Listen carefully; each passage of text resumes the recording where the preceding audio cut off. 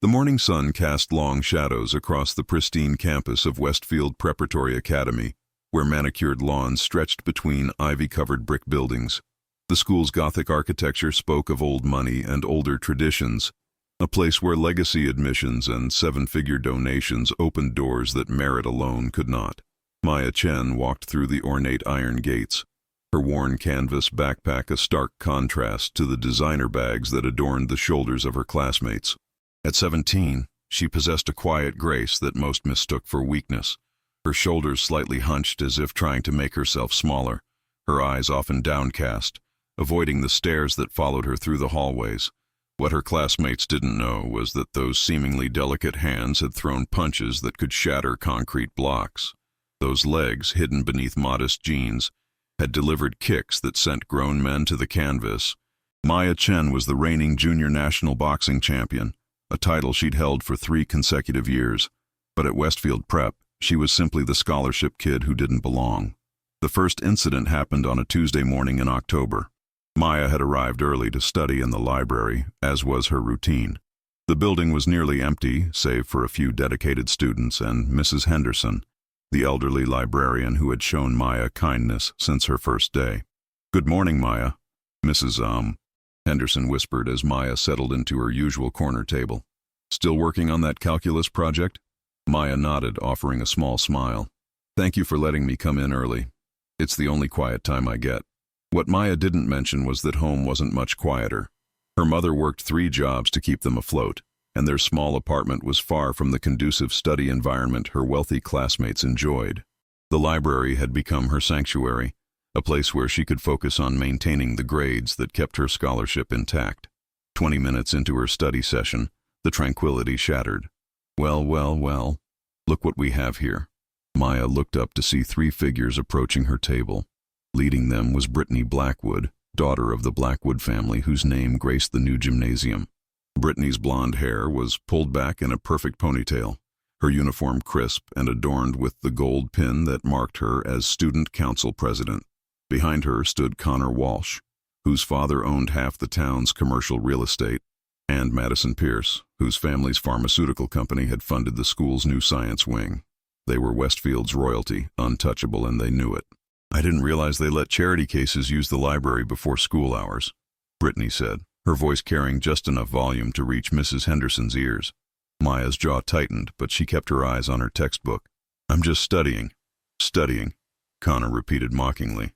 "What's the matter, can't afford a tutor like the rest of us?" Madison giggled, a sound like breaking glass. "Maybe she's hoping if she works hard enough, she'll actually belong here." Maya's hands clenched into fists under the table, muscle memory from countless training sessions threatening to take over. She forced them to relax, remembering her trainer's words.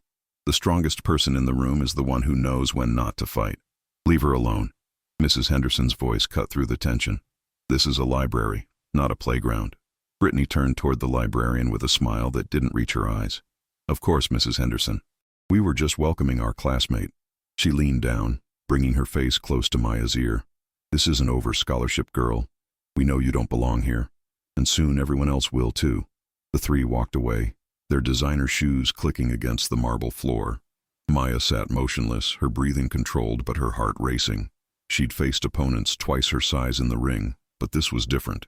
This was psychological warfare, and she was fighting with one hand tied behind her back.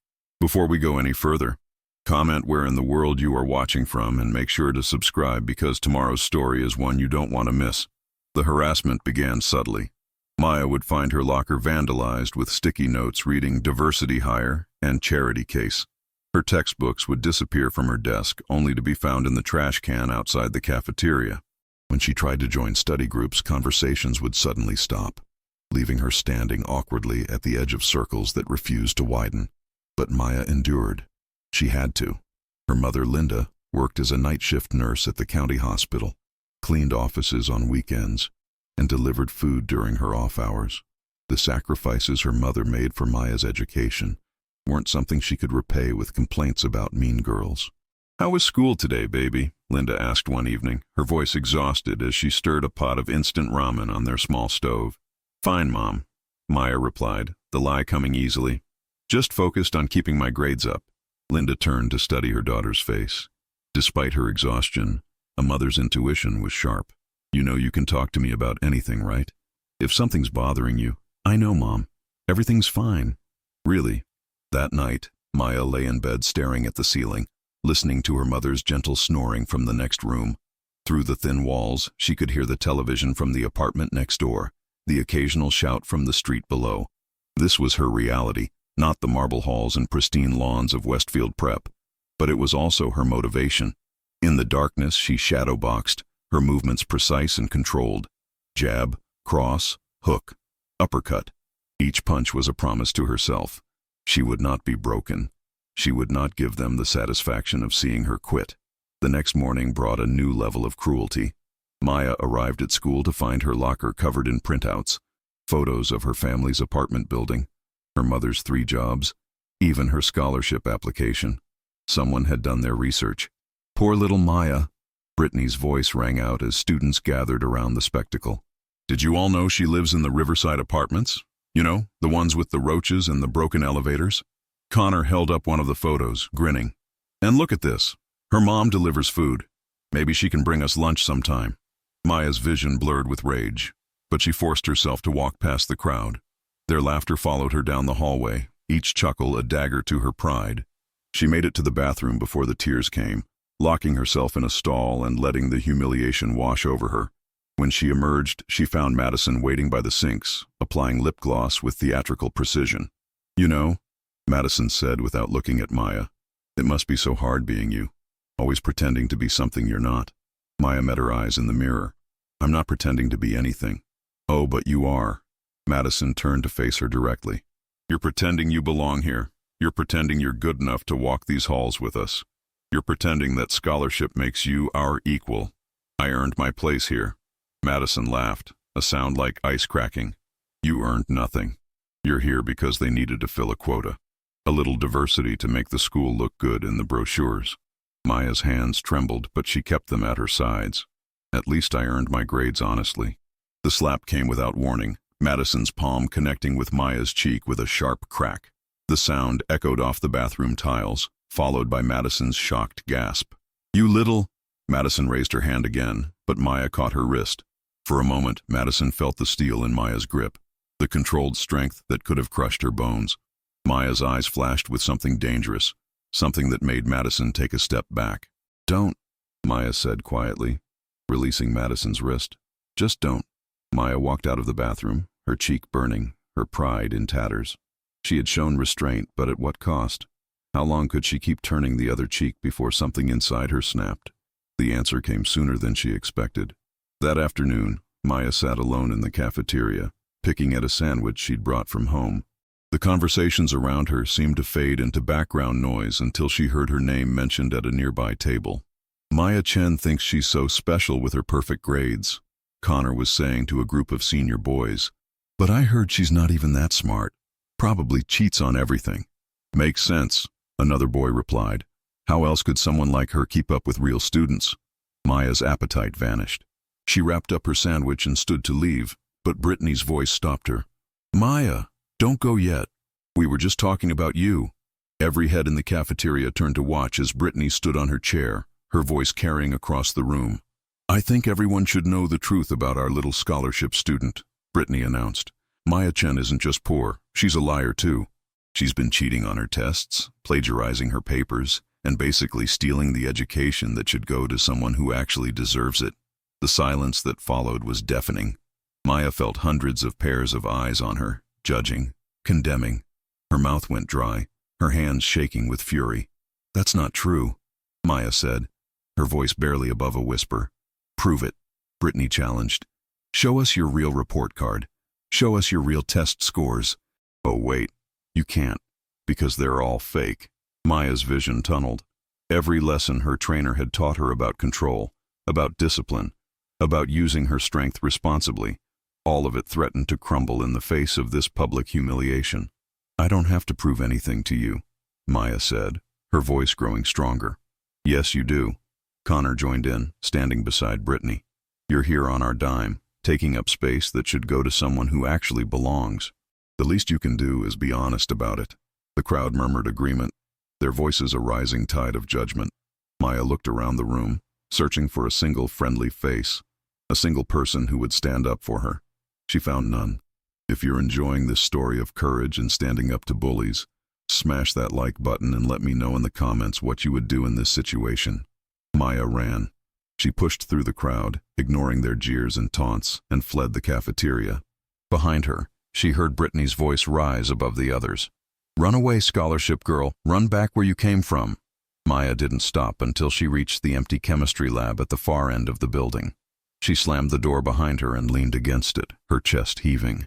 The room spun around her, and she slid down the door until she was sitting on the floor. For the first time since starting at Westfield Prep, Maya let herself truly cry. Not the quiet tears she'd shed in bathroom stalls, but deep, body-shaking sobs that came from a place of profound pain. She cried for the loneliness, for the humiliation, for the knowledge that no matter how hard she worked, she would never be accepted here. She cried for her mother, who worked herself to exhaustion believing that education was the path to a better life. She cried for herself, for the girl who had to hide her greatest achievement, her boxing championships, because it didn't fit the image of the quiet, grateful scholarship student they expected her to be. After 20 minutes, the tears stopped. Maya wiped her eyes and took several deep breaths, centering herself the way she'd been taught. In the ring, you could get knocked down. The measure of a fighter wasn't whether they fell, it was whether they got back up. Maya stood up. She walked to the window and looked out at the perfectly manicured grounds of Westfield Prep. Somewhere in this building were her transcripts, her test scores, her scholarship application, all the proof she needed to show that she belonged here. But she realized now that belonging wasn't about proving herself to people who would never accept her anyway. Belonging was about knowing her own worth. That evening, Maya didn't go straight home. Instead, she took the bus to Riverside Community Center, a squat concrete building that housed the boxing gym where she'd been training since she was 12. The gym was a world away from Westfield Prep. No marble floors or Gothic architecture, just worn equipment and the smell of sweat and determination. Maya. The voice belonged to Coach Rodriguez, a weathered man in his 50s who'd been training fighters for 3 decades. "What are you doing here on a school night?" "I need to hit something," Maya said simply. Coach Rodriguez took one look at her face and nodded. "Gloves are in your locker. I'll hold the bags." For the next hour, Maya pounded the heavy bag with a fury she'd never released before. Each punch carried the weight of every insult, every humiliation, every moment of feeling small and powerless. The bag shook with each impact, the sound echoing through the empty gym. "Easy there, champ," Coach Rodriguez said after watching her technique. "You're punching angry. That's not how I taught you." Maya paused, her chest heaving. "I'm tired of being weak." "Weak?" Coach Rodriguez laughed. "Maya, you're the strongest person I know. You think keeping your temper makes you weak? You think walking away from fights makes you weak? That's the hardest thing a fighter can do. Then why do I feel so powerless?" Coach Rodriguez was quiet for a moment, studying her face. "Because you're fighting the wrong fight. You're trying to prove you belong to people who don't want you there. But the only person you need to prove anything to is yourself." Maya lowered her gloves. "What do you mean?" "I mean, maybe it's time you stopped hiding who you are. You're a champion, Maya. 3-time junior national boxing champion. You think those rich kids would be so quick to mess with you if they knew that?" "I can't," Maya said immediately. "The scholarship committee, they expect me to be different, quiet, grateful. If they knew I was a fighter, they'd what? Take away your scholarship for being successful, for being disciplined, for representing your sport at the highest level?" Coach Rodriguez shook his head. "Maya, you're not giving them enough credit, and you're not giving yourself enough credit either." Maya removed her gloves, her hands still shaking slightly. "I don't know how to be both, the good student and the fighter." "You don't have to be both," Coach Rodriguez said gently. "You already are both. The question is, are you going to keep letting other people define who you're supposed to be?" That night, Maya lay in bed thinking about her coach's words. In the darkness, she could hear her mother moving around the kitchen, preparing for another late shift at the hospital. Her mother never complained, never showed weakness, never let the world's cruelty break her spirit. Maybe it was time Maya stopped hiding her own strength too. The next morning, Maya walked into Westfield Prep with her head held high. The stares and whispers followed her as usual, but today they felt different. Today, she wasn't trying to make herself smaller. She made it through her morning classes without incident. But she knew the real test would come at lunch. As she walked toward the cafeteria, she steeled herself for whatever new humiliation awaited her. She didn't have to wait long. "Look who's back," Brittany's voice rang out as Maya entered the cafeteria. "I was starting to think you'd finally gotten the message and transferred to a more appropriate school." Maya kept walking, but Brittany wasn't finished. "Oh, don't ignore me now. Not after yesterday's performance. You know, I've been thinking about what you said, about not having to prove anything to us. But I disagree. I think you owe us all an explanation." Maya stopped and turned to face her. "An explanation for what?" "For taking up space that should go to someone who actually deserves it. For lying about your qualifications. For being here under false pretenses." The cafeteria fell silent, every student watching the confrontation unfold. Maya felt the familiar surge of anger, but this time she didn't try to suppress it. Instead, she channeled it, the way Coach Rodriguez had taught her. "You want to know the truth?" Maya said, her voice carrying across the room. "The truth is that I scored higher on the entrance exam than any of you. The truth is that I've maintained a 4.0 GPA while working part-time to help my mother pay bills. The truth is that I belong here not because of charity, but because I earned it." "That's easy to say," Connor interjected. "But where's your proof?" Maya smiled, and for the first time since starting at Westfield Prep, it was genuine. "You want proof? Fine. But first, let me ask you something. What have any of you actually accomplished? What have you done that wasn't handed to you by your parents' money?" The question hung in the air like a challenge. Brittany's face reddened, but she recovered quickly. "We don't have to prove anything to you," she said. "We belong here by right." "By right?" Maya laughed, the sound sharp and clear. "By right of what? Birth? Money? Let me tell you about earning something by right." Maya pulled out her phone and opened her photo gallery. She found the picture she was looking for, herself standing in a boxing ring, gold medal around her neck, arms raised in victory. "Junior National Boxing Champion," she announced, holding up the phone for everyone to see. 3 years running. I've fought and beaten girls twice my size from all over the country. I've represented my state in national competitions. I've earned sponsorships, scholarships, and respect from people who know what real strength looks like." The cafeteria erupted in murmurs. Students craned their necks to see the photo, their expressions ranging from shock to admiration to disbelief. "That's impossible," Madison said, her voice shaking. You're too soft." "Am I?" Maya asked, taking a step closer. "You want to know what's soft? Hiding behind your parents' money and reputation. Bullying people you think can't fight back.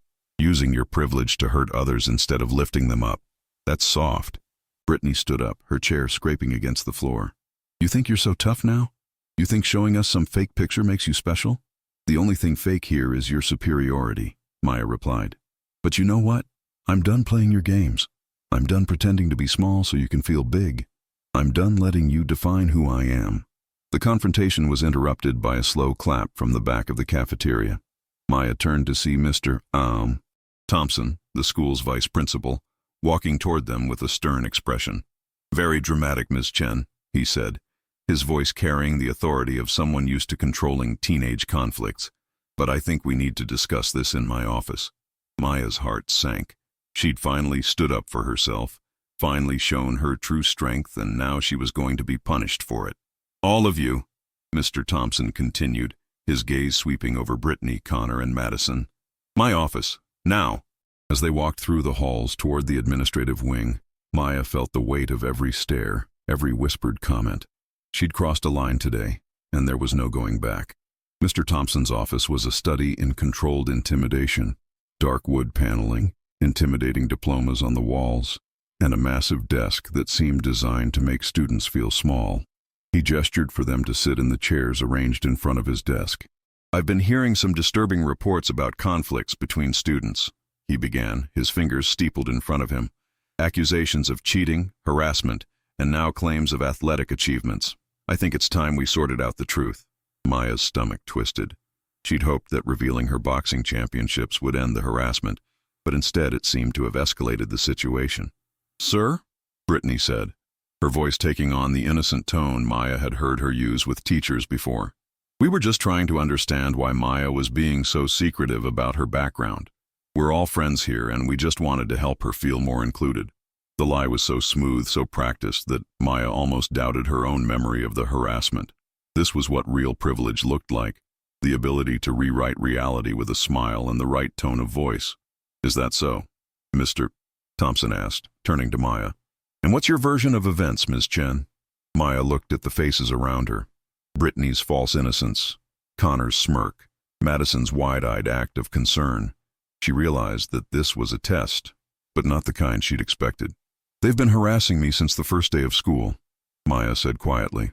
"They've vandalized my locker, spread lies about me cheating, and publicly humiliated me in front of the entire student body. Today was just the first time I fought back." "Fought back?" Mr. Thompson's eyebrows rose. "Are you saying you were involved in a physical altercation?" "No, sir. I stood up for myself verbally. I told them the truth about my achievements and my qualifications to be here." "About these alleged boxing championships," Mr. Thompson said, leaning back in his chair. "I have to say, Ms. Chen, that seems rather unlikely. You don't exactly fit the profile of a competitive fighter." There it was, the assumption that had followed Maya her entire life. Because she was quiet, because she was studious, because she didn't swagger or boast, she couldn't possibly be strong. The same prejudice that had made her a target in the first place. "I have documentation," Maya said, pulling out her phone. "Photos, newspaper articles, official records from USA Boxing." "Anyone can fake photos these days," Connor interrupted. "Photoshop makes it easy." "That's enough," Mr. Thompson said, but his tone suggested he was inclined to agree with Connor's assessment.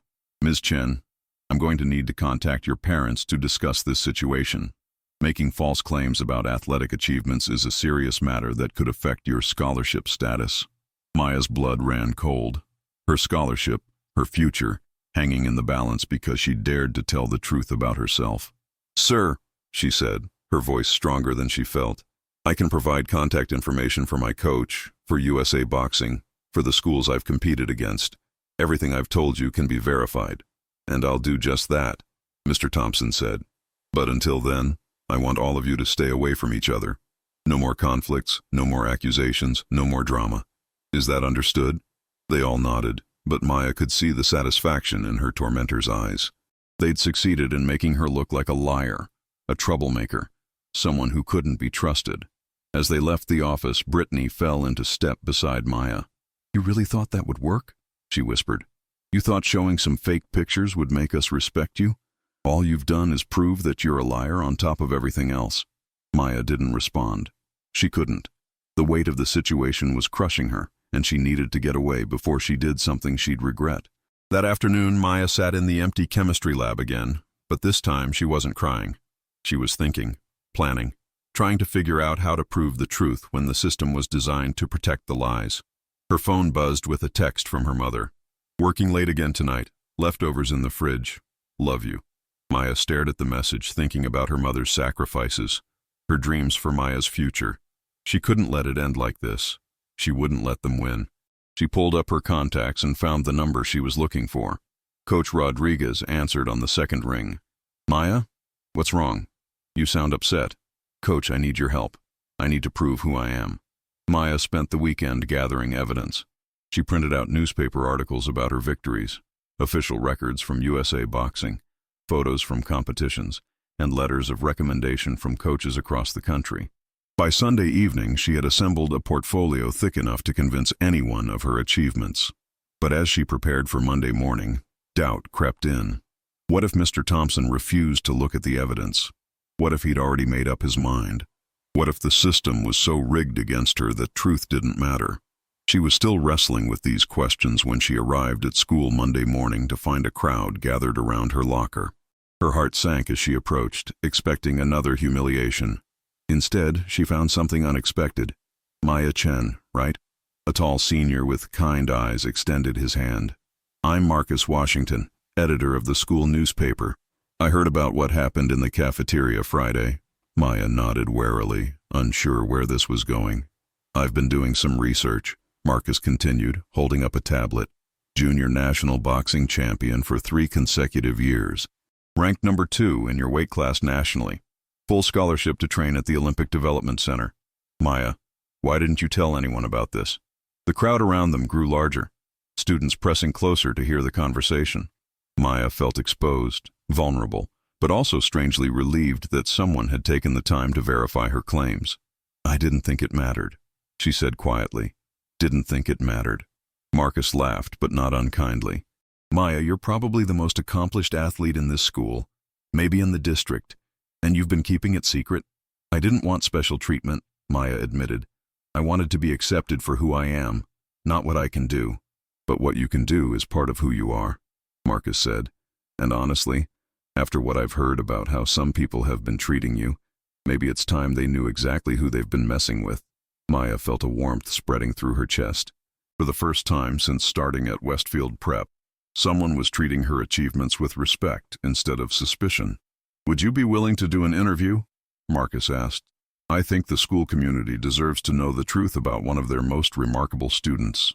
Before Maya could answer, a sharp voice cut through the crowd. "What's all this about?" Brittany pushed through the gathered students, her face flushed with anger. "Marcus, what are you doing here?" "Just conducting journalism," Marcus replied evenly. "Following up on a story about academic and athletic excellence." "Academic excellence?" Connor appeared beside Brittany, his voice dripping with sarcasm. "Is that what we're calling it now?" Maya felt the familiar surge of anger, but this time she wasn't alone. Marcus stepped forward, his tablet still in hand. "Actually, Connor, I've been reviewing Maya's academic records, with proper authorization, of course. Did you know she's ranked third in the entire junior class? That she's taken more AP courses than anyone in her grade level? That she's been accepted to 3 pre-med programs at major universities?" The crowd murmured with surprise. Maya felt her cheeks burn with embarrassment, but also with something else. Pride. She'd worked so hard to achieve these things, and for the first time, someone was acknowledging that work publicly. "That's impossible," Madison said, but her voice lacked conviction. "Is it?" Marcus pulled up his tablet screen. "Because I'm looking at the official transcripts right here. Maya Chen, 4.0 GPA, 1580 SAT score, National Merit Scholar, and as we've established, 3-time junior national boxing champion. I'm curious, what are your stats?" The silence that followed was deafening. Brittany's face went through several shades of red before she finally spoke. "This is ridiculous. Come on, guys, we don't have time for this nonsense." As the three walked away, Maya heard Connor mutter, "This isn't over."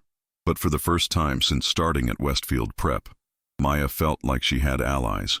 Students who had never spoken to her before were introducing themselves, asking questions about her boxing career, expressing amazement at her academic achievements. "Why didn't you tell us?" asked Sarah, a girl from Maya's AP Literature class. "We've been in classes together for 2 years, and I had no idea you were such a badass." Maya smiled, the expression feeling foreign on her face. "I guess I didn't think anyone would care." "Are you kidding? You're like famous. I looked up your fights online, and there are videos of you absolutely destroying girls twice your size. It's incredible." The attention was overwhelming, but in a good way. For the first time, Maya felt like she was being seen for who she really was, not who others assumed her to be. But her moment of triumph was short-lived. That afternoon, Maya was called to Mr. Thompson's office again. This time, she found him waiting with a stern expression and a thick folder on his desk. "Ms. Chen," he said without preamble, "I've completed my investigation into your claims about your boxing achievements." Maya's heart hammered against her ribs. And I have to say I'm disappointed. Not in your achievements. Those are clearly legitimate and quite impressive. I'm disappointed that you felt the need to hide them." Relief flooded through Maya so quickly she felt dizzy. "Sir?"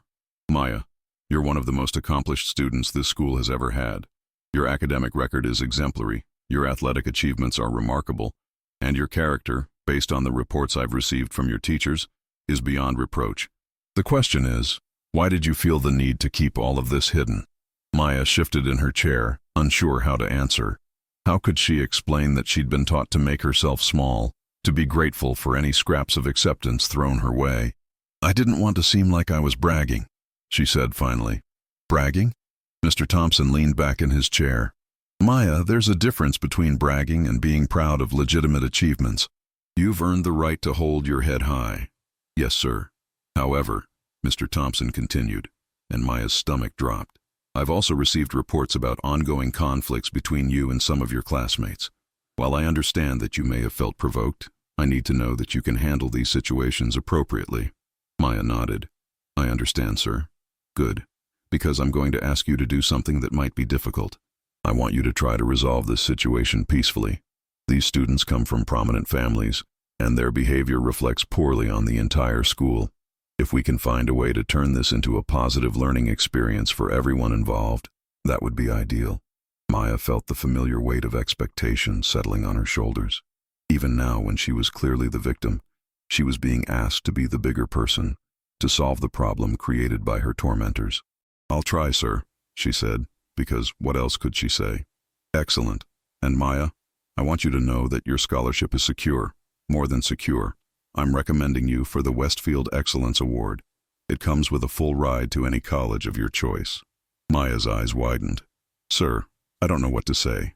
Say you'll continue to be the remarkable young woman you clearly are. And maybe consider sharing your story with others. I think you'd be surprised by how many people would benefit from hearing about your journey. As Maya left Mr. Thompson's office, she felt lighter than she had in months. Her future was secure, her achievements were recognized, and for the first time, she felt like she truly belonged at Westfield Prep. But her optimism was short-lived. The next morning, Maya arrived at school to find her locker covered in new graffiti. But this time, the messages were different. Instead of diversity hire, someone had written fake news across her locker door. Instead of charity case, the words lying bitch were scrawled in red marker. Maya's hands shook as she cleaned off the words, but she wasn't surprised. She'd expected retaliation, and here it was. They're not going to stop, are they? Marcus Washington appeared beside her, holding a digital camera. I've been documenting this for the newspaper. Maya, this is harassment, plain and simple. I know, Maya said quietly. But Mr. Thompson asked me to try to resolve it peacefully. Peacefully? Marcus's voice rose. Maya, they're escalating. This isn't going to end with a conversation. Maya knew he was right, but she also knew the delicate position she was in. She was still the scholarship kid, still the outsider, still the one who had more to lose. That afternoon, things got worse. Maya was walking to her last class of the day when she found her path blocked by a group of students. At the center stood Brittany, Connor, and Madison. But now they had backup, a half-dozen other students from prominent families. Well, well, Brittany said, her voice loud enough to draw attention from other students in the hallway. If it isn't our famous celebrity. I'm just trying to get to class, Maya said, attempting to step around them. Not so fast. Connor moved to block her path. We've been thinking about your little performance the other day.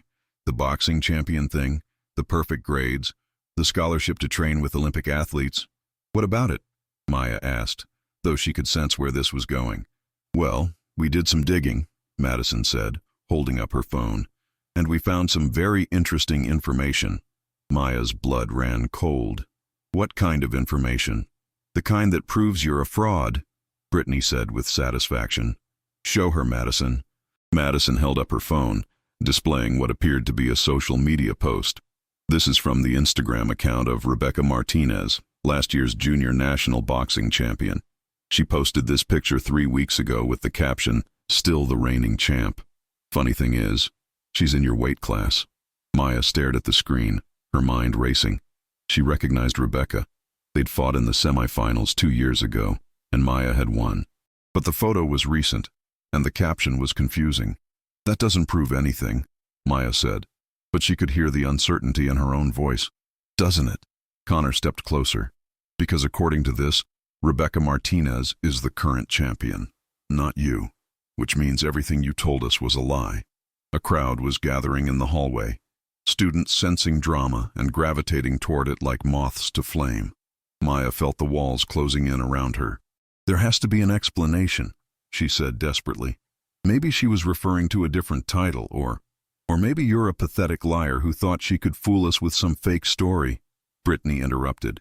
Maybe you're so desperate to be special that you made up this whole fantasy about being a boxer. The crowd murmured with excitement.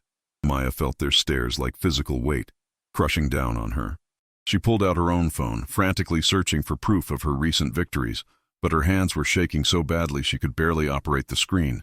I can prove it, she said, her voice barely above a whisper. Prove it how? Connor demanded. With more fake photos? More made-up stories? Maya. The voice came from behind the crowd, calm and authoritative. Students parted to reveal Mrs. Rodriguez, the school's head guidance counselor. What's going on here? Just exposing a fraud, Brittany said with satisfaction. Maya's been lying about being some kind of boxing champion, and we have proof that she made it all up. Mrs. Rodriguez looked at Maya with concern. Is this true? Maya opened her mouth to defend herself, but no words came. The evidence on Madison's phone looked damning, and she had no immediate way to refute it. In that moment of hesitation, she saw the doubt creep into Mrs. Rodriguez's eyes. I can explain, Maya stammered. I think you should come with me, Mrs. Rodriguez said gently. We need to sort this out. As Maya followed Mrs. Rodriguez down the hallway, she heard Brittany's voice behind her. Another scholarship kid trying to be something she's not. When will they learn? In Mrs. Rodriguez's office, Maya tried to explain the situation, but she could see the counselor's growing skepticism. The Instagram post was recent, clear, and appeared to contradict everything Maya had claimed. Maya, Mrs. Rodriguez said carefully, I want to believe you, but this evidence is pretty compelling. And if you've been fabricating achievements to improve your standing at the school. I haven't fabricated anything, Maya said desperately. I swear to you, everything I said is true. I am a 3-time junior national boxing champion. I can give you my coach's number, the contact information for USA Boxing. We'll certainly follow up on that, Mrs. Rodriguez said. But until we can verify your claims, I think it's best if you take a few days to think about this situation. I'm going to recommend a temporary suspension while we investigate. Maya's world collapsed. A suspension would go on her record, potentially affecting her scholarship, her college applications, her entire future. And for what? For telling the truth about herself? Please, Maya said, tears threatening to spill. Just call my coach. Call Coach Rodriguez at Riverside Community Center. He'll verify everything. We'll do that, Mrs. Rodriguez assured her. But Maya, if it turns out you've been lying about this, there will be serious consequences, not just for your academic standing, but for your character. Maya nodded numbly. She was trapped in a nightmare where the truth had somehow become a lie, where her greatest achievements had been turned into evidence of her deception. That evening, Maya sat in her small bedroom, staring at her collection of boxing trophies and medals. They glinted in the lamplight, physical proof of years of dedication and hard work, but somehow they felt hollow now, meaningless in the face of public humiliation. Her phone buzzed with a text from Coach Rodriguez. Heard what happened. Don't worry, Mika, truth has a way of coming out. See you at the gym tomorrow. Maya smiled for the first time that day. At least someone believed in her. The next morning, Maya didn't go to school. Instead, she went to the gym, where she found Coach Rodriguez waiting with a laptop and a stack of papers. All right, Mika, he said. Let's clear this up once and for all. For the next hour, they compiled an irrefutable case. Official records from USA Boxing, newspaper articles from multiple states, video footage of Maya's fights, testimonials from other coaches, and most importantly, the explanation for the Instagram post that had started this mess. Rebecca Martinez was referring to her regional title, Coach Rodriguez explained, showing Maya the records. She won regionals last month, but she's never beaten you at nationals. The post was misleading, but not technically false. Maya felt a weight lift from her shoulders. The truth was complex, but it was still the truth. What do we do now? Maya asked. Now we go to your school and we set the record straight, Coach Rodriguez said firmly. And then we have a serious conversation about how they've been treating you. When Maya and Coach Rodriguez arrived at Westfield Prep, they requested an immediate meeting with Mr. Thompson. The vice principal looked surprised to see them, but he agreed to hear them out. For 30 minutes, Coach Rodriguez presented evidence of Maya's achievements with the methodical precision of a lawyer making a case. He showed videos of Maya's fights, official documentation from USA Boxing, and testimonials from coaches across the country. Mr. Thompson, Coach Rodriguez concluded, Maya Chen is not just a boxing champion. She's one of the most promising young fighters in the country. The fact that she's been hiding this from her classmates shows remarkable humility. The fact that her classmates have been attacking her for it shows a serious problem with the culture at this school. Mr. Thompson reviewed the evidence with growing amazement. This is extraordinary. Maya, why didn't you provide this level of documentation when the questions first arose? Because I shouldn't have to prove I deserve to exist, Maya said quietly. Because I thought my word should be enough. Because I was taught that I should be grateful for any acceptance I received, not demand the respect I've earned. Mr. Thompson was quiet for a long moment. You're absolutely right, and I owe you an apology. This situation should never have escalated to this point. Apologies are nice, Coach Rodriguez said.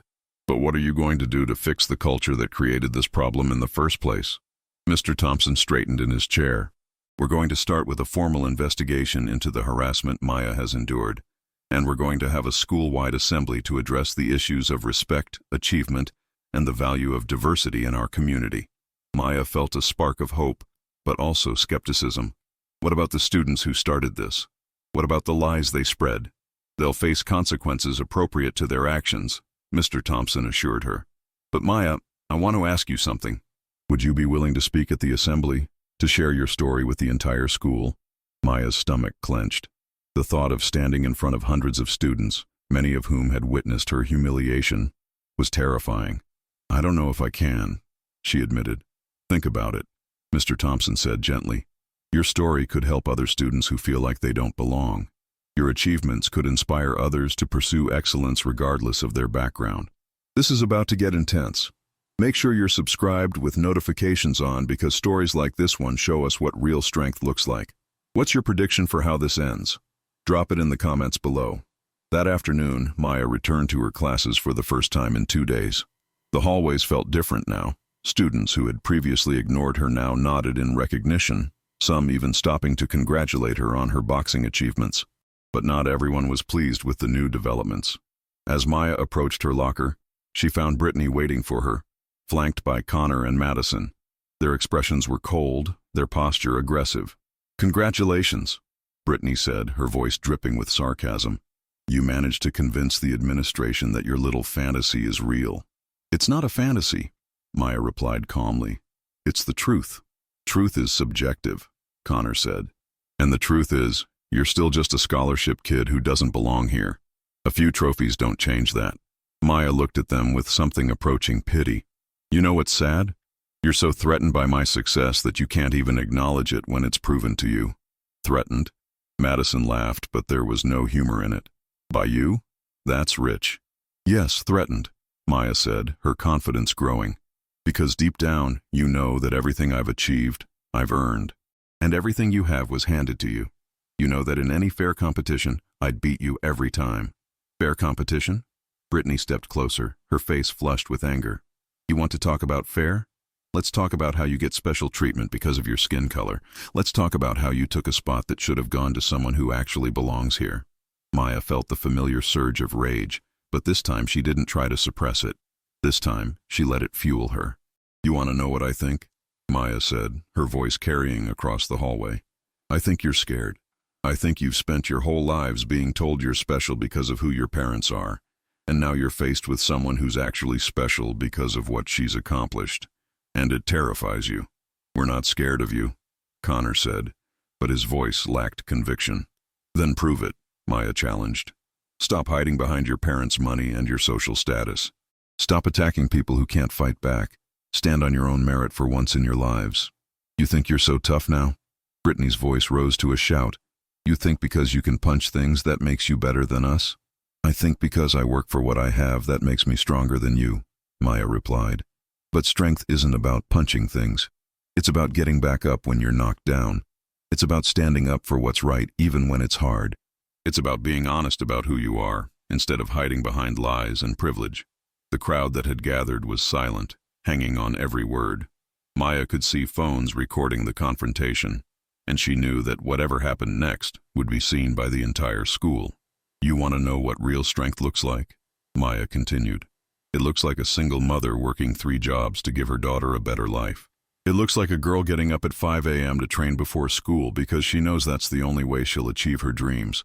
It looks like walking into a school where nobody wants you and refusing to give up. That's a nice speech, Brittany said, her voice cold. But words don't change reality. You still don't belong here. Maybe not, Maya said. But I've earned my place here more than any of you have earned yours. The silence that followed was deafening.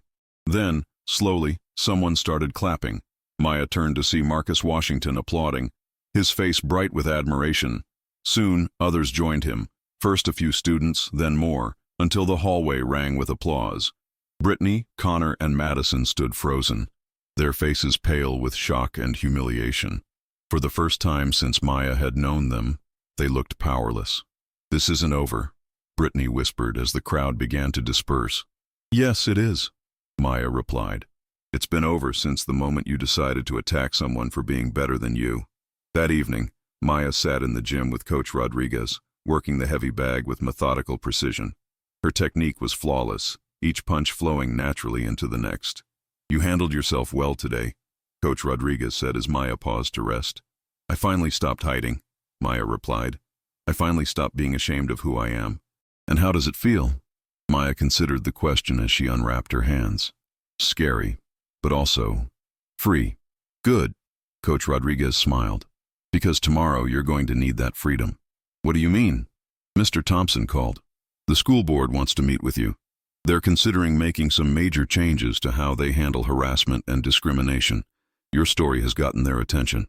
Maya's eyes widened. "The school board? Mija, what happened to you wasn't just about a few mean kids.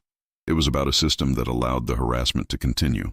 They want to hear your recommendations for how to fix it." Maya felt the weight of responsibility settling on her shoulders, but this time it didn't feel crushing. It felt empowering. "What should I tell them?" "Tell them the truth," Coach Rodriguez said simply. "Tell them your story. Tell them what needs to change. And tell them that every student, regardless of their background, deserves to feel safe and valued at school." Maya nodded, understanding that tomorrow would mark another turning point in her journey. But tonight, for the first time in months, she felt ready for whatever came next. As she packed up her gear, Maya's phone buzzed with a message from an unknown number. "Saw the video of your speech today. You're an inspiration. Keep fighting." A fellow scholarship kid. Maya smiled, realizing that her stand had resonated beyond just her own situation. Maybe her story could help others find their own strength, their own voice, their own way to fight back against injustice. She was no longer just fighting for herself. She was fighting for every student who had ever felt like they didn't belong, every person who had been told they weren't good enough, every dreamer who had been dismissed because of their background. And that was a fight worth having. The school board meeting was scheduled for Thursday evening, giving Maya 3 days to prepare. But those 3 days brought unexpected challenges that tested her resolve in ways she hadn't anticipated. On Tuesday morning, Maya arrived at school to find a crowd gathered around the main bulletin board. As she approached, she saw what had captured everyone's attention: a large poster featuring her photo alongside other notable Westfield Prep alumni, senators, CEOs, Nobel Prize winners.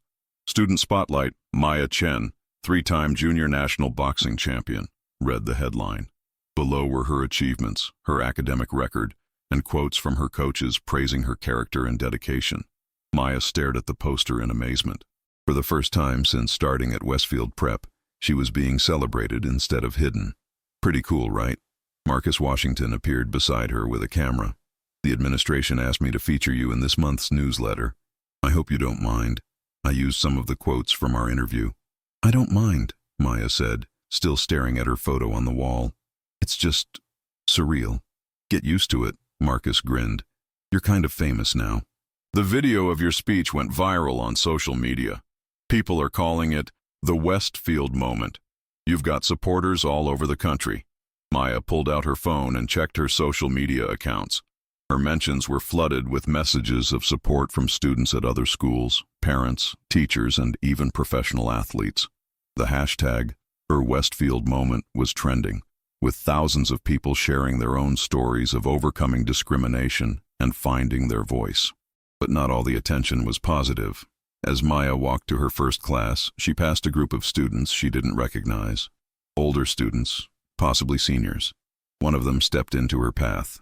"You're Maya Chen," he said. It wasn't a question. "Yes," Maya replied cautiously. "I'm Brad Morrison, Brittany's cousin." His voice carried a threat that made Maya's muscles tense. "I heard you've been causing problems for my family." Maya looked at the group surrounding her. They were all bigger than her, all looking for a fight. She calculated her chances. She could probably take 2 of them, maybe 3 if she moved fast, but there were 5, and they had her surrounded. "I haven't caused problems for anyone," Maya said evenly.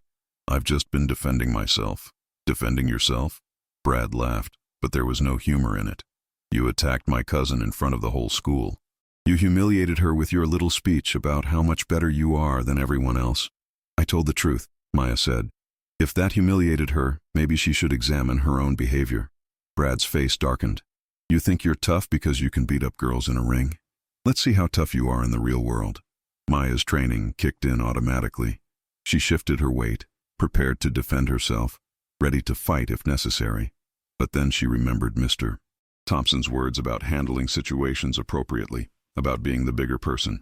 I don't want to fight you, Maya said clearly, making sure her voice carried to the students who had stopped to watch.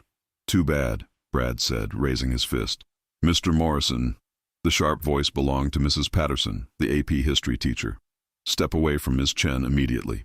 Brad hesitated, his fist still raised. The crowd of students grew larger, phones appearing to record the confrontation.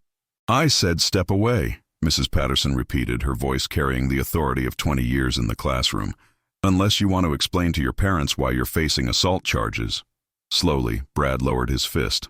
This isn't over, he muttered to Maya as he and his friends walked away. Yes, it is, Mrs. Patterson said firmly. And if I see any of you near Ms. Chen again, you'll be dealing with me. Is that understood? The group dispersed, leaving Maya alone with Mrs. Patterson and a crowd of curious students. Are you all right? Mrs. Patterson asked.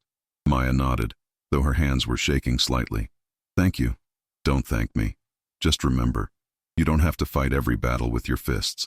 Sometimes the strongest thing you can do is walk away. But as Maya continued to her class, she realized that walking away wasn't always an option. The incident with Brad Morrison was just the beginning. Over the next 2 days, she faced a campaign of intimidation that was more sophisticated and more dangerous than anything Brittany and her friends had attempted. Her car tires were slashed in the school parking lot. Her mother received anonymous phone calls at work, threatening her job if she didn't withdraw Maya from the school. Someone hacked Maya's social media accounts and posted fake messages that contradicted everything she'd said about her experiences at Westfield. But the worst came on Wednesday night, less than 24 hours before the school board meeting. Maya was walking home from the gym when a car pulled up beside her. The window rolled down, revealing Connor Walsh behind the wheel. Get in, he said. I'll walk, thanks, Maya replied, not breaking stride. It wasn't a request. The voice came from behind her. Maya turned to see Madison Pierce approaching with 2 other girls Maya didn't recognize. Maya was trapped between the car and the approaching group. Her heart rate spiked, but her training kept her calm. She assessed her options: run, fight, or see what they wanted. What do you want? She asked. To talk, Connor said. About tomorrow night's meeting. There's nothing to discuss. Oh, but there is. Brittany Blackwood stepped out of the car, her designer clothes and perfect makeup a stark contrast to the menace in her voice. You see, Maya, you've caused my family a lot of embarrassment. My father is on the school board, and your little performance has made him look bad. Maya understood now. This wasn't about teenage bullying anymore. This was about adults with real power feeling threatened by a teenager with the courage to speak truth to that power. So here's what's going to happen, Brittany continued. You're going to withdraw your complaint against us. You're going to tell the school board that everything has been resolved, and you're going to transfer to a more appropriate school. And if I don't? Maya asked, though she already knew the answer. If you don't, things will get very difficult for you and your mother. My father has connections throughout this city. Your mother's job, your scholarship, your future, all of it could disappear very quickly. Maya felt cold fury building in her chest. They were threatening her mother now, the woman who had sacrificed everything to give Maya opportunities. You can't scare me, Maya said, surprised by the steadiness of her own voice. Can't we? Madison pulled out her phone, showing Maya a photo of her mother leaving the hospital where she worked. It would be such a shame if someone called Immigration and Customs Enforcement about an undocumented worker. Oh wait, your mother is documented, isn't she? But mistakes happen. People get detained while paperwork gets sorted out. Could take weeks to resolve. Maya's vision tunneled. The threat was clear, and it was designed to hit her where she was most vulnerable. They couldn't break her directly, so they were going after her mother. You have until tomorrow night, Brittany said, getting back into the car. Make the right choice, Maya, for everyone's sake. As the car drove away, Maya stood alone on the sidewalk, shaking with rage and fear. They had found her weakness and exploited it with surgical precision. Her mother's safety, her livelihood, her freedom, all of it hanging in the balance because Maya had dared to stand up for herself. That night Maya sat at her kitchen table, staring at her mother's immigration documents. Everything was in order, completely legal, but she knew that in the current climate, even legal immigrants could face harassment and detention. The Blackwood family had the connections to make her mother's life miserable, possibly even dangerous. "Mija, what's wrong?" Linda Chen appeared in the doorway, still wearing her hospital scrubs from her evening shift. Maya looked up at her mother, this woman who had worked herself to exhaustion to provide for her daughter, who had never complained about the sacrifices, who deserved better than to be threatened by privileged teenagers and their powerful parents. "Mom," Maya said carefully, "if something happened to my scholarship, if I had to leave Westfield Prep, would you be okay with that?" Linda sat down across from Maya, studying her daughter's face with the intuition that only mothers possess. "Maya Chen," she said firmly, "you tell me what's really going on, right now." So Maya told her everything. The harassment, the threats, the choice she was being forced to make between her own future and her mother's safety. Linda listened without interrupting, her expression growing more serious with each revelation. When Maya finished, Linda was quiet for a long moment. Then she reached across the table and took her daughter's hands. "Mija," she said, "do you know why I came to this country?" Maya shook her head. "I came because I wanted you to have opportunities I never had. I wanted you to be able to stand up for yourself, to fight for what's right, to never have to bow down to people who think they're better than you because of their money or their name. But Mom, they could hurt you. They can try," Linda interrupted, her voice strong. "But I've faced worse than spoiled rich children and their parents. I've worked 3 jobs while going to nursing school. I've raised a daughter alone while learning a new language and adapting to a new culture. I've survived things these people can't even imagine." Maya felt tears welling up in her eyes. "I don't want you to get hurt because of me, and I don't want you to give up because of me," Linda replied. "Maya, you are the strongest person I know. You are everything I hoped you would become when I made those sacrifices. Don't let them take that away from you." "But what if they follow through on their threats?" Linda smiled, and Maya saw steel in her mother's eyes. "Then they'll learn what happens when you threaten a Chen woman. We don't back down from bullies, Mija. We fight back." That night, Maya called Coach Rodriguez and told him about the threats. His response was immediate and decisive. "That's it," he said. "We're not just fighting for you anymore. We're fighting for every kid who's ever been bullied by people with power. Pack your gear, Mija. Tomorrow we're going to that school board meeting, and we're going to tell them everything." "But what about the threats against my mother? What about them? Maya, you think the Blackwood family is the only one with connections in this city? You think they're the only ones who know how to fight dirty? Let me make some phone calls." Thursday morning brought an unexpected development. Maya arrived at school to find a crowd of protesters gathered outside the main gates. They carried signs reading, "Support Maya Chen," "End Bullying," and "Justice for All Students." News vans lined the street, reporters interviewing students and parents. "Maya!" A reporter thrust a microphone toward her as she approached the school entrance. "Jennifer Walsh from Channel 7 News. Can you comment on the allegations of systematic harassment at Westfield Preparatory Academy?" Maya stared at the reporter in confusion. How did you know about that?" "Your story has gotten national attention," the reporter explained. "The video of your speech has been viewed over 2 million times. Parents and students from across the country are demanding accountability from schools that enable this kind of behavior." Maya looked around at the crowd of supporters, at the cameras, at the signs with her name. Her small act of standing up for herself had somehow become a national movement. "Ms. Chen," another reporter called out, "is it true that you've received death threats from other students?" Maya didn't know how to respond. The situation had spiraled far beyond anything she'd imagined. "That's enough," a familiar voice said behind her. Maya turned to see Mr. Thompson approaching with several security guards. "Ms. Chen has no comment at this time. Please allow her to attend her classes." As the security guards escorted Maya into the building, Mr. Thompson walked beside her. "Maya," he said quietly, "I need you to know that the school board meeting tonight has been moved to the larger auditorium. We're expecting a crowd. Parents, students, community leaders, media. Your story has resonated with a lot of people, and they want to see how we handle this situation." Maya felt overwhelmed. What had started as her personal struggle had become a public battle, with hundreds of people watching to see if justice would prevail. "I don't know if I can handle all that attention," Maya admitted. "You don't have to handle it alone," Mr. Thompson assured her. "You'll have support. But Maya, I want you to understand. Tonight isn't just about you anymore. It's about setting a precedent for how schools handle harassment and discrimination. Your courage has given other students the voice to speak up about their own experiences." That afternoon, Maya learned that 3 other students had come forward with their own stories of harassment by the same group that had targeted her. The pattern was becoming clear.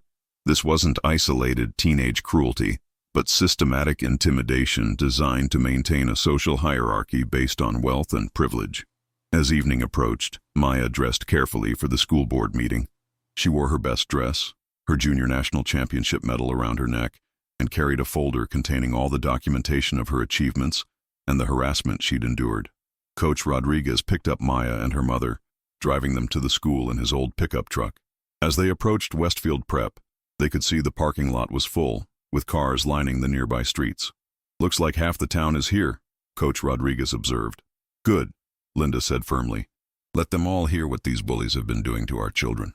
Inside the school auditorium, Maya was amazed to see that every seat was filled. The local news crews had set up cameras, parents and students filled the rows, and at the front sat the 7 members of the Westfield Preparatory Academy Board of Directors. Maya recognized several faces in the crowd, supporters who had responded to her story online, other students who had been bullied, teachers who had witnessed the harassment but felt powerless to stop it. But she also saw the Blackwood family in the front row, along with the Walshes and the Pierces, their expressions cold and hostile. "Ladies and gentlemen," the board chairman called the meeting to order. "We're here tonight to address allegations of harassment and discrimination at our school. We'll begin with a statement from Maya Chen." Maya walked to the podium on shaking legs, her heart hammering against her ribs. The crowd fell silent. Hundreds of pairs of eyes focused on her. She looked out at the sea of faces and found her mother and Coach Rodriguez in the 3rd row, both nodding encouragingly. "My name is Maya Chen," she began, her voice stronger than she felt. "I'm a junior at Westfield Preparatory Academy, and I'm here tonight to tell you the truth about what it's like to be different at this school." For the next 20 minutes, Maya told her story. She spoke about the harassment, the vandalism, the public humiliation. She talked about being told she didn't belong, about having her achievements questioned, about being forced to hide her true self to avoid persecution. But she also talked about what she'd learned, about the difference between equality and equity, about the courage it takes to stand up to power, about the responsibility that privilege carries. "I'm not asking for special treatment," Maya concluded. "I'm asking for the same respect and dignity that every student deserves. I'm asking for a school environment where achievement is celebrated regardless of a student's background, where diversity is seen as a strength rather than a threat, and where bullying is addressed swiftly and seriously, no matter who the perpetrators are." The applause was thunderous, lasting for several minutes. Maya returned to her seat, emotionally drained but proud that she'd found the courage to speak her truth. But the evening was far from over. The board called several other witnesses, teachers who had observed the harassment, students who had experienced similar treatment, and parents who demanded accountability. Each testimony painted a picture of a school culture that protected the privileged while sacrificing the vulnerable. Then it was time for the accused students to speak.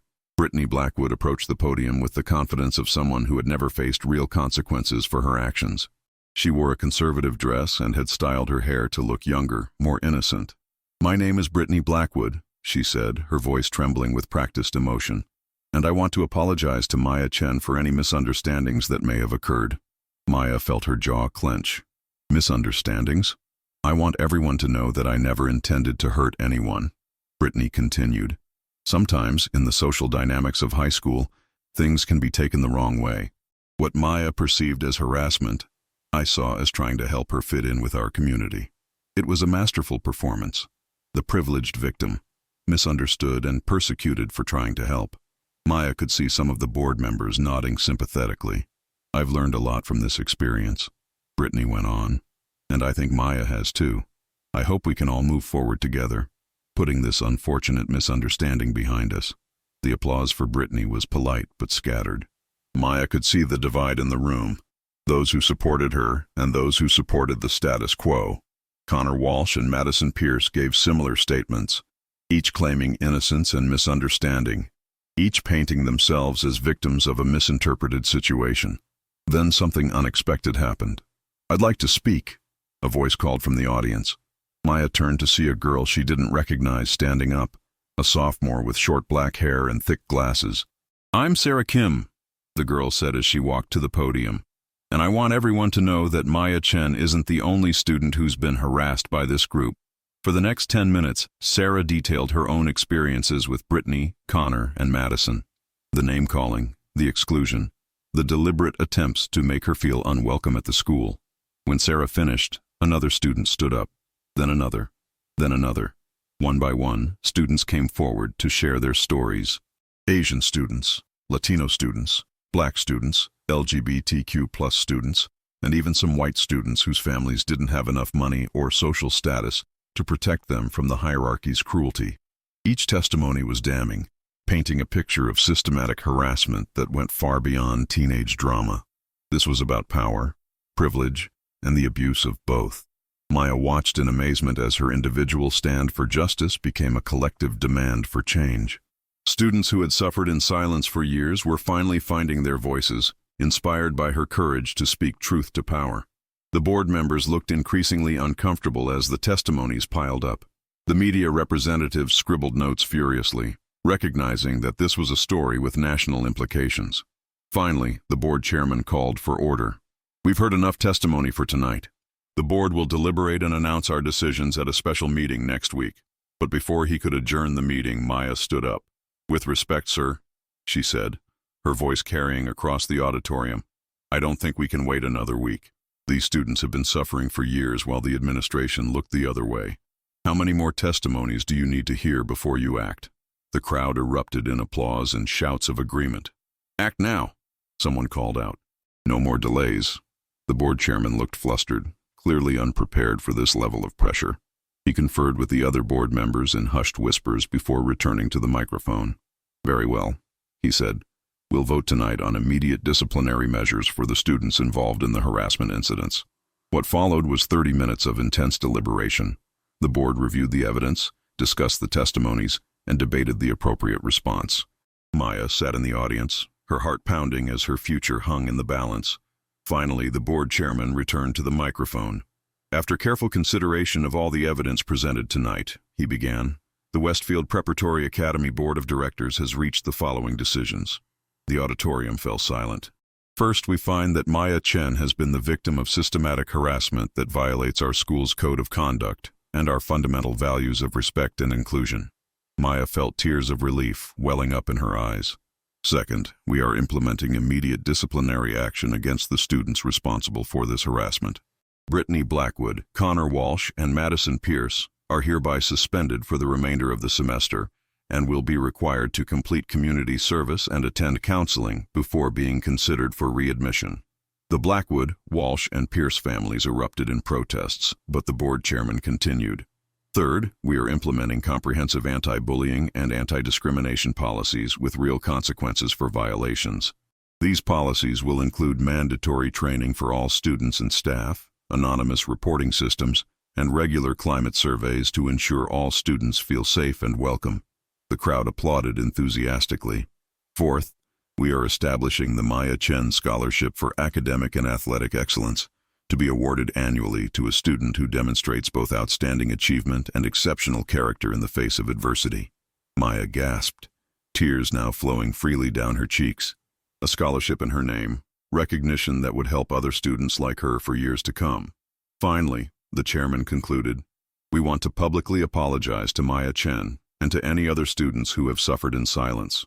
Your courage in speaking truth to power has made our school community stronger and more just." The standing ovation lasted for 5 minutes.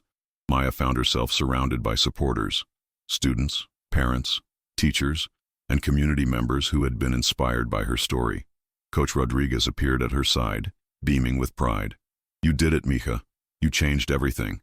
Linda Chen wrapped her daughter in a fierce hug. "I'm so proud of you, baby. Your father would be proud too." But perhaps the most meaningful moment came when Sarah Kim, the sophomore who had first supported Maya's testimony, approached with tears in her eyes. "Thank you," Sarah said simply. You gave us all permission to be brave. 3 months later, Maya stood in the same auditorium where she had fought for justice. But this time she was there as the keynote speaker for Westfield Prep's first annual Diversity and Inclusion Summit. The school had transformed dramatically. The new anti-bullying policies had created a safer environment for all students. The anonymous reporting system had uncovered and addressed numerous other instances of harassment. The mandatory training had opened eyes and changed attitudes throughout the school community. Brittany, Connor, and Madison had completed their suspensions and community service. Brittany had even approached Maya to offer a genuine apology, acknowledging the harm she had caused and expressing her commitment to being a better person. Change is possible, Maya told the assembled students, parents, and educators. But it requires courage. The courage to speak up when we see injustice. The courage to examine our own privilege and prejudices. And the courage to stand with those who are fighting for what's right. She looked out at the diverse audience, seeing faces of all colors and backgrounds united in their commitment to creating a more just and inclusive community. I used to think that belonging meant making myself smaller, hiding my achievements, and being grateful for whatever acceptance I could find, Maya continued. But I learned that true belonging means being valued for who you really are, your strengths, your differences, your unique contributions to the community. After her speech, Maya was approached by a young black student she didn't recognize. Hi, the girl said shyly. I'm a freshman, and I just wanted to thank you. Because of what you did, I feel safe being myself here. I'm on the debate team, and I'm running for student council, and nobody's told me I don't belong. Maya smiled, understanding that this was the true measure of her victory. Not the disciplinary actions or the policy changes, but the fact that other students no longer had to hide their light to avoid persecution. 6 months after the school board meeting, Maya received a letter that would change her life again. She had been accepted to Stanford University with a full academic scholarship, and the boxing program there had offered her a spot on their team with an eye toward Olympic training. As she prepared to graduate from Westfield Prep, as valedictorian with the highest GPA in school history, Maya reflected on her journey. She had come to the school as a frightened scholarship student trying to hide her strength. She was leaving as a confident young woman who had used that strength to create lasting change. The graduation ceremony was held on a beautiful June day, with Maya's family, Coach Rodriguez, and hundreds of supporters in attendance. As she delivered her valedictorian speech, Maya looked out at the audience and saw the faces of the students who had found their voices because she had found hers. We are all capable of extraordinary things, Maya concluded her speech, but we can only achieve them when we have the courage to be our authentic selves, when we stand up for what's right, and when we remember that our individual strength can become collective power for change. The standing ovation that followed seemed to go on forever. Maya Chen, 3-time junior national boxing champion, valedictorian, and agent of social change, had not only found her place at Westfield Prep, she had transformed what it meant to belong there. As she walked across the stage to receive her diploma, Maya caught sight of a banner hanging in the auditorium, Westfield Prep, where every student belongs. It was a promise that hadn't existed when she first walked through the school's gates, but one that would guide future generations of students. Maya had learned that true strength wasn't about throwing punches or winning fights. It was about standing up for justice, even when you're standing alone. It was about refusing to be silenced, even when powerful people demand your silence. It was about transforming pain into purpose, and individual courage into collective change. Her boxing career would continue at Stanford, where she would eventually compete in the Olympics and win gold for her country.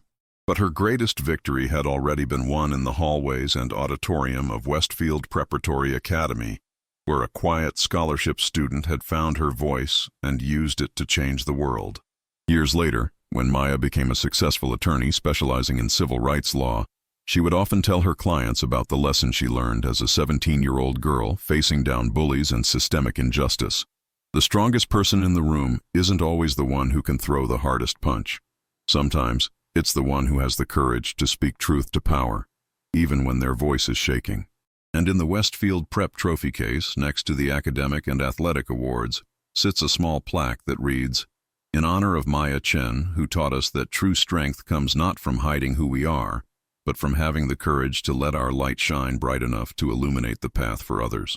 The Maya Chen Scholarship continues to be awarded each year, ensuring that her legacy of courage, achievement, and social justice will inspire students for generations to come. Because Maya Chen didn't just survive Westfield Prep, she transformed it, creating a more just and inclusive community where every student truly belongs. I hope you enjoyed that story. Please like the video and subscribe so that you do not miss out on the next one. In the meantime, I have handpicked 2 stories for you that I think you will enjoy. Have a great day.